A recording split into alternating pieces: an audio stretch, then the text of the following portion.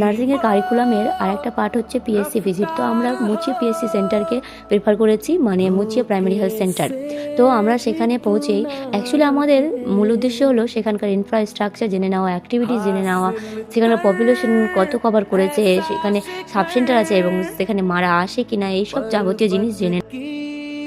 তুমি কার্ড নিয়ে কি করছো? এটা কার্ডটা আমরা দেখাও দেখি। এই কার্ডটা আমরা দিব, থ্যাংক ইউ কার্ড ভিজিটের জন্য। খুব সুন্দর আছে। সেখানে পৌঁছে আমরা বিভিন্ন রকমের কাজে জড়িত হয়ে যাই। মানে আমরা সেখানে একটা সাব সেন্টার প্রেজেন্ট থাকার কারণে সেখানে মাগুলো ভিজিট করে এবং তাদের নিয়ে আমরা হিমোগ্লোবিন টেস্ট, মানে অ্যানিমিয়া আছে কি না প্রেগনেন্সিতে সেটা test, urine test and antenatal check up, এই সমস্ত কাজগুলো করি।